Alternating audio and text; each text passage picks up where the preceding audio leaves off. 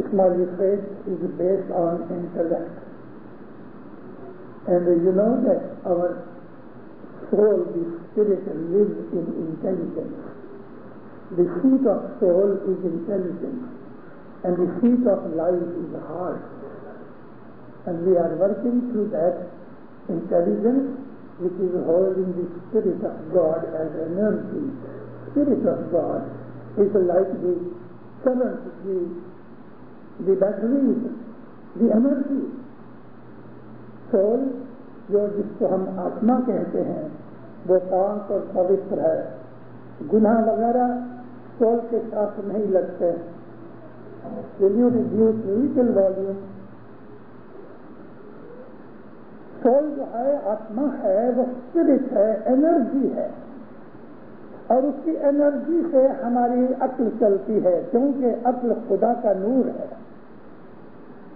عقل خدا کا نور ہے. جب ہم بیت الخیال میں بیٹھتے ہیں ہم یہ خیال کرتے ہیں, ہم یہ دھارتے ہیں, یا اس بات کا ہم امیج لیتے ہیں کہ کوئی ہمیں ٹارچ کی طرح رات کے اندھیرے میں ایسا لائٹ دے دے گا اور ہم کو نور مل گیا. البتہ لائٹ ہے وہ بھی نور ہے, لیکن دینداروں نور کے تو بہت سے رنگ ہیں. عقل ہے وہ نور ہے, علم ہے وہ نور ہے, اور خدا تعالیٰ کی اور بھی ایسی بہت سی کرامتیں یا اس کے ایٹریبیوٹس ہیں وہ نور میں آتے ہیں. اگر کسی دل کے اندر رحم اور دیا ہے, اور وہ رحم اور دیا کوئی بھی سوارتھ کے بغیر ہے, تو وہ رحم اور دیا بھی ایک چھوٹے نور کی طرح ہے. یہاں میرا مطلب چھوٹا نور کیا ہے کہ جس کے اندر پاور تھوڑی ہوتی ہے. ماں کی محبت ہے وہ خدا کا نور ہے. اور یہ بھی محبت جو دنیا میں سچی محبت کے, جس محبت میں کوئی سوارتھ نہیں, جس محبت کے اندر انسان طلب نہیں کرتا. دینداروں محبت itself is light of God. محبت خدا کا پریم نور ہے جو سب کو نہیں ملتے. نور کی بخشش کو ملتی ہے کہ جو پیور ہوتے ہیں, جن کے خیالات پیور ہوتے ہیں. انٹلیکٹ جو مولا نے فرمایا تو وہ پیورٹی آف مائنڈ ہے, پیورٹی آف تھاٹس ہے. انٹلیکٹ کو آپ دنیا کی یا ڈگریز وغیرہ یا یونیورسٹی کے اندر جو ایجوکیشن ملتی ہے, don't compare with that. Intellect is something else. Intellect is God given. Intellect which is general knowledge plus knowledge given by God, that is intellect. اور عقل سے سوچ کے سمجھ کے جب ہم کام کاج کرتے ہیں تو ہمارا جو مذہب ہے مولا فرمایا وہ عقل کے اوپر نبھا ہوا ہے. عقل سے کام کرو, عقل سے سوچو. ہم سجدہ کرتے ہیں, اس میں عقل یہ ہے کہ خدا تعالیٰ نے جس نے مجھے پیدا کیا ہے وہ میرا بڑا ہے, میں اس سے سجدہ کرتا ہوں. یہاں عقل کو ساتھ ساتھ میں کانشیسنیس کو بھی ذکر کرتا ہے, کیونکہ انٹلیکٹ جو ہے اس میں بہت سی سائڈس بھی ہیں. کانشیسنس, ہوش مندی, سوچ کے سمجھ کے کام کرنے والا آدمی جو ہوتا ہے وہ انٹلیکچوئل ہیں دنیا کے اندر, کہ جن کی بدھی سے دنیا چلتی ہے, لوگوں کو علم ملتا ہے. پھر کہتے ہیں جانو یعنی انفارمیشن حاصل کرو, اور بوجھو اس کی نالج لو. تمہیں لاگو تو سب کے دھندے بھاگے, سب کے رستے کے اوپر چلو, حق کے رستے پہ چلو, اور جو تمہارا پاتر ہے دنیا کے اندر, تمہاری زندگی کے اندر جو امام ہے اس کی شناخت کرو. جانو میں بوجھو آئی پاتر پچھانو, یعنی خدا تعالیٰ کا جو نور ہے, جو مظہر ہے, اس کی پہچان کرو اور سچ کے رستے کے اوپر لگو. یہاں پیر میں دھاگا کہا ہے, دھاگا کہتے ہیں روپ کو, رسی کو, ڈورے کو. اور یہی وہ بات ہے قرآن شریف کے اندر خدا تعالیٰ کہتا ہے وَأَعْتَصِمُوا بِحَبْلِ اللَّهِ جَمِيعًا وَلَا تَفَرَّقُوا, تم اللہ کی رسی کو مضبوط پکڑے رکھو اور آپس میں چھوٹے چھوٹے نہ ہو جاؤ, یونائٹڈ رہو. یہ جو رسی ہے خدا تعالیٰ کی یہ حضر امام ہے, یہ حضر امام ہے کہ جو خدا کی رسی ہمیشہ چلی آتی ہے.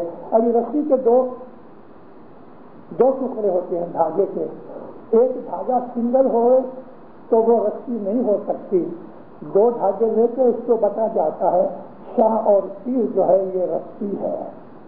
اور اس رسی کی وجہ سے ہم اس دنیا کے اندر کھاتے پیتے ہیں, دنیا میں موجود ہیں, دنیا میں رہتے ہیں.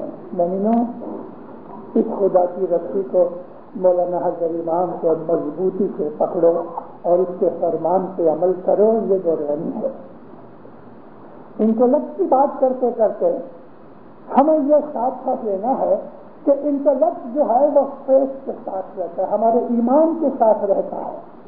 عقل مندی سے ہم اپنے مذہب کے اوپر عمل کریں, عقل مندی سے سوچ کے سمجھ کے. ابھی ہم نیاز کییں گے, کوئی ایسا 2 ہاتھ سے 2 انگلیوں سے نیاز کی پیالی اٹھائے گا, کوئی لیفٹ ہینڈ سے پلائے گا, ایسا پیے گا.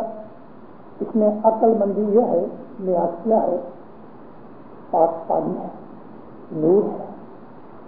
خداوند حضرت امام نے بخشش دے کے ہمیں دیا ہے تو اس کی عزت کرو, عزت سے لو, اور عزت سے لے کے ہم اس کو پیتے ہیں یہ سمجھ کے کہ میں نور پی رہا ہوں. تو جو آدمی اس خیال سے رہتا ہے اپنی تمام مذہب کی جتنی بھی باتیں ہیں اس کو انٹلیکٹ کے ساتھ لگا کے عمل کرو تو حضرت امام اس کے اندر ہمیں فائدہ پہنچایا, ہمارے روح کو فائدہ پہنچایا. مومنوں, مجھے تھوڑی سی تکلیف ہے,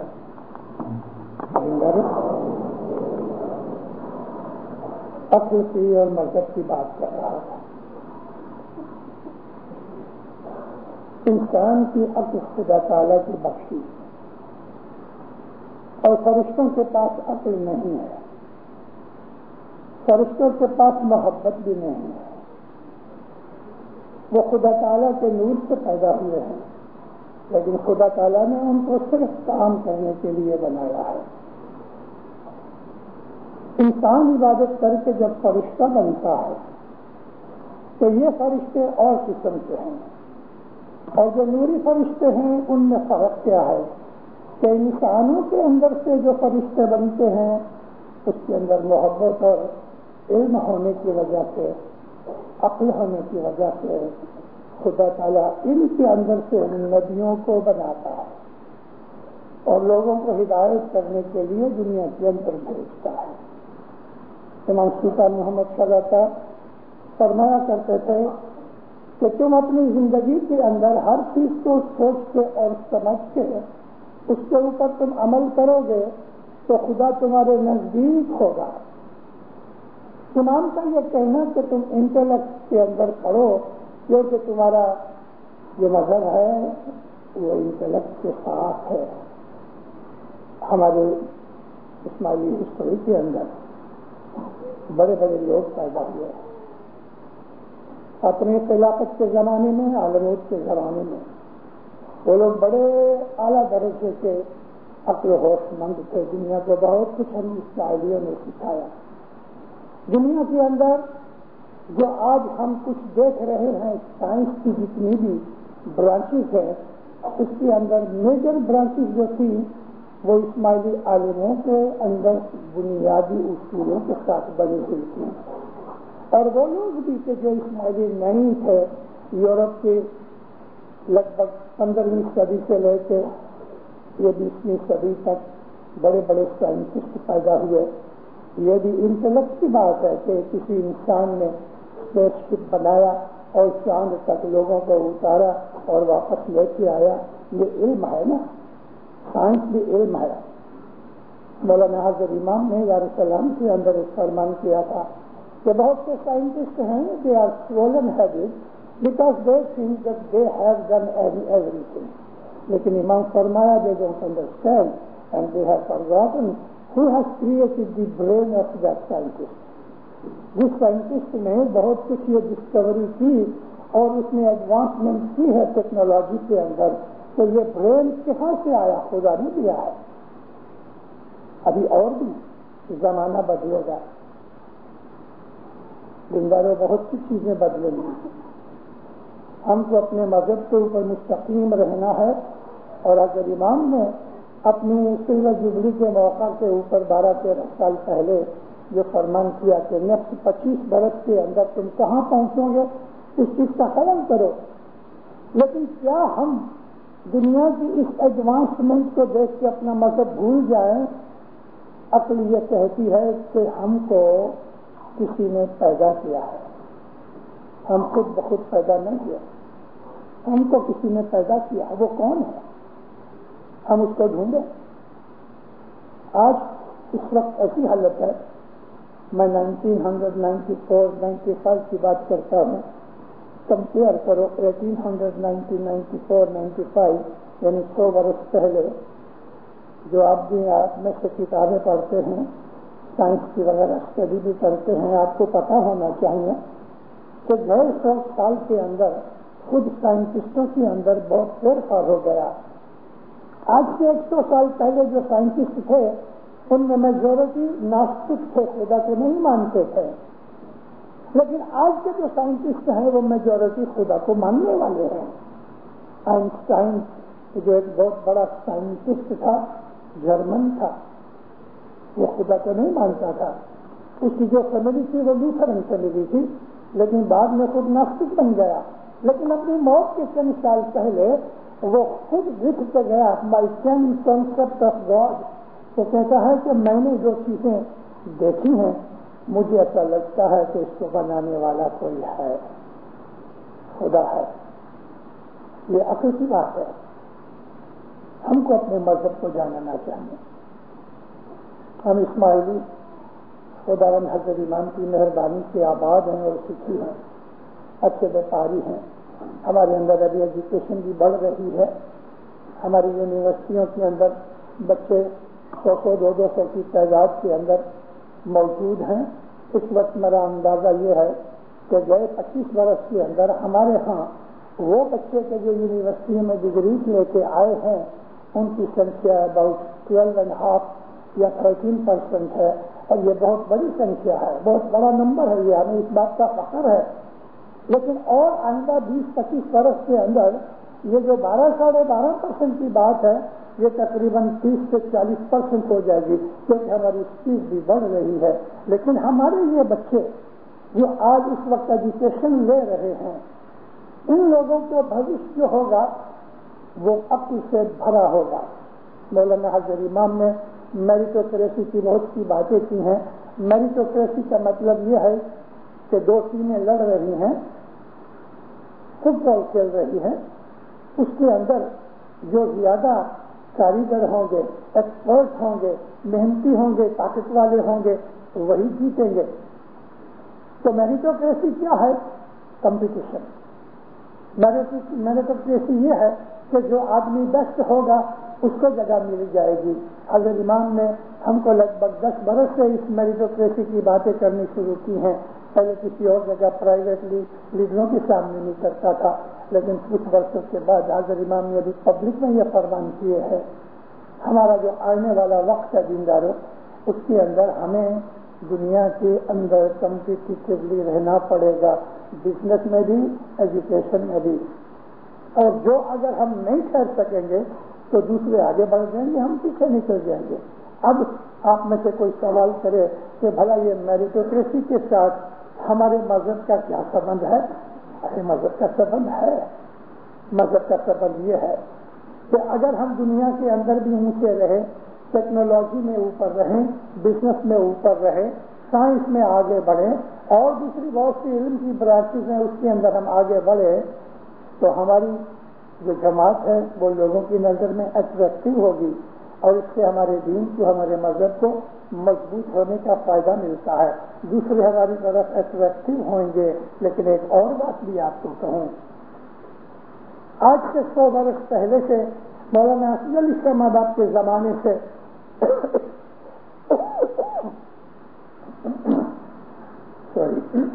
یہ سلسلہ چلا آیا کہ امام ہمیں فیوچر کے لیے تیار کر رہا ہے۔ وہ فیوچر کیا ہے؟ جنانوں کے اندر سے ملتا ہے۔ میں جو کہہ رہا ہوں یہ میری اپنی سمجھ کی بات ہے، میں کسی پہ امپوز کرنا نہیں چاہتا۔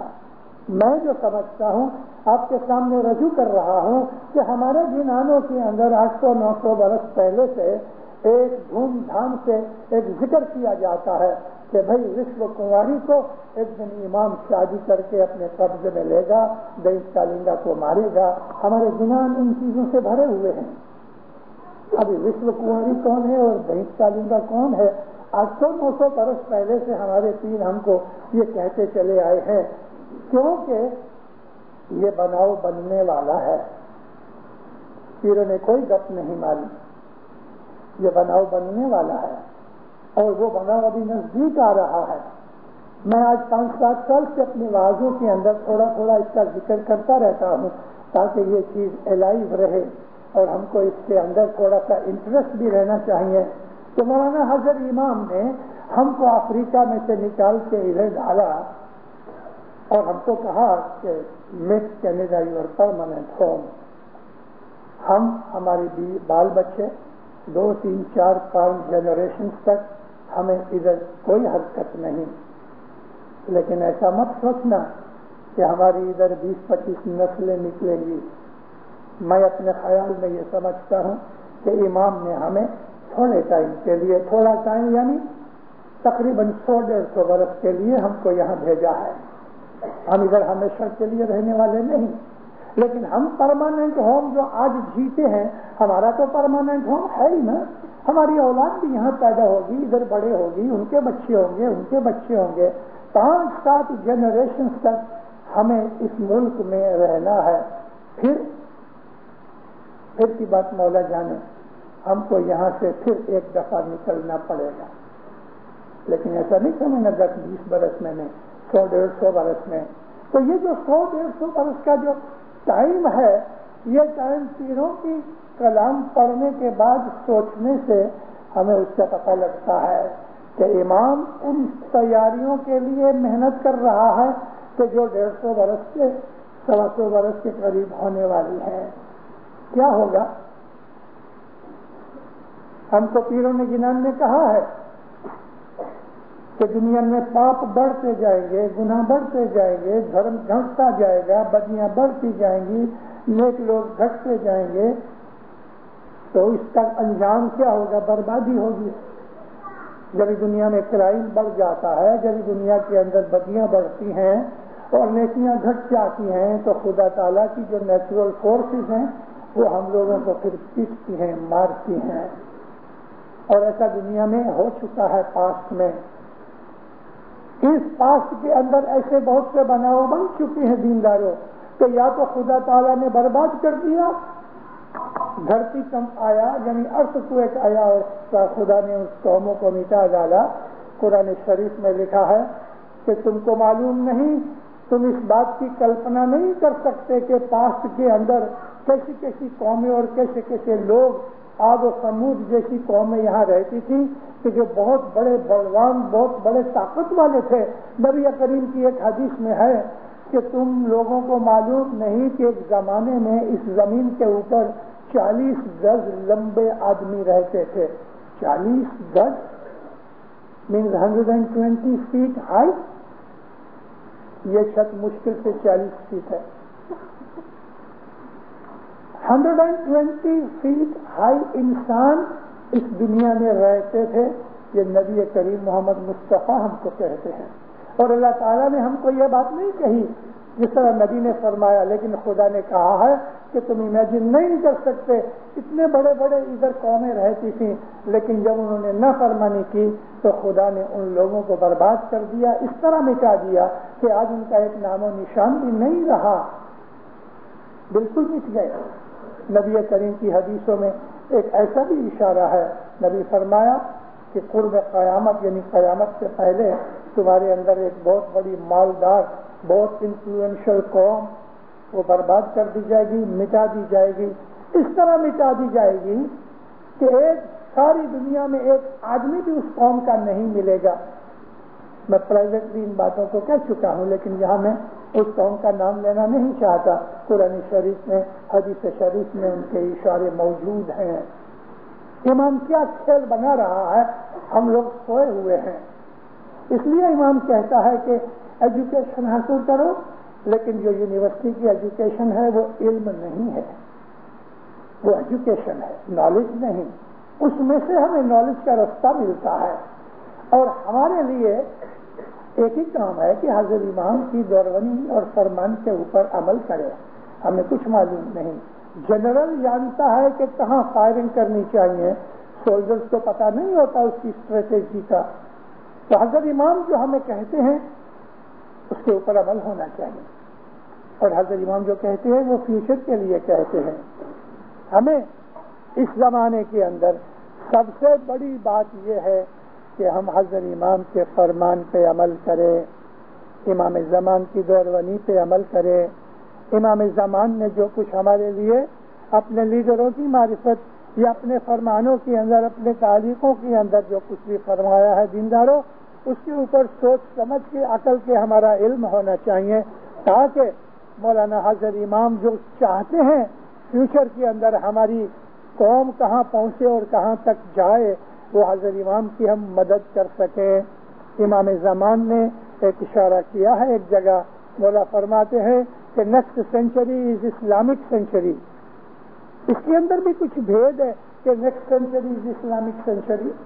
مولانا حضرت امام نبی کریم محمد مصطفیٰ کے نواسے ہیں اور یہ ساری امت اس کے نانا کی ہے. اس امت کو وہ دکھ دینا پسند نہیں کرتا, دکھ میں رہنا پسند نہیں کرتا. مولا چاہتا ہے کہ آبادی ہوئے اور سکھ ہوئے. میری آج کی اس واعظ میں جو سب سے بڑا تھیم ہے وہ یہ کہ حضرت امام فرماتے ہیں کہ انٹلیکٹ کے ساتھ اپنے مذہب کو سمجھو. اور امام فرمایا لندن میں کہ تمہارا جو مذہب ہے وہ کنوکشن کا مذہب ہے, کنوینئنس کا نہیں. جب آپ کو ٹائم ملے تب جماعت خانے آؤ, جب آپ کو ٹائم نہ ملے آپ جماعت خانے نہ آؤ. آپ کو من ہوئے تو آپ دعا پڑھو, آپ کا من نہیں ہوتا تو دعا نہ پڑھو. یہ بات نہیں ہے, یہ کنوینئنس کی بات ہے. امام فرمایا تمہارا جو فیتھ ہے وہ کنوکشن کا ہے, ناٹ آف کنوینئنس. تو اس کے اندر بھی یہ انٹلیکٹ ہے کہ ہم نے اپنے مذہب کو اختیار کیا, اس پہ ہم عمل کریں. مولانا حضرت امام کے فرمان مانیں, امام زمان کو راضی رکھیں دین و دنیا میں. مولا آپ کو سکھ آباد کرے, ایمان کی سلامتی دے وے, حقیقت کی سمجھ دے وے, دو جہان کی برکتیں دے وے, علم و حکمت زیادہ دے وے. مولانا حضرت امام دین دنیا میں آپ کی چڑھتی کرے, آپ کو آپ کی آل اولاد کو دین و دنیا میں سکھ آباد کرے. مومنوں کتابیں پڑھا کرو, فرمان پڑھو, اس کے اوپر عمل کرو, سوچنے کی توفیق پیدا کرو, جنان پڑھو, تاکہ آپ کو ہمارے پیروں نے اور اماموں نے کیا کہا ہے وہ پتہ لگے کہ جس سے ہم اپنے مذہب کی خدمت کر سکیں. سکھ آباد رہو. اے اللہ.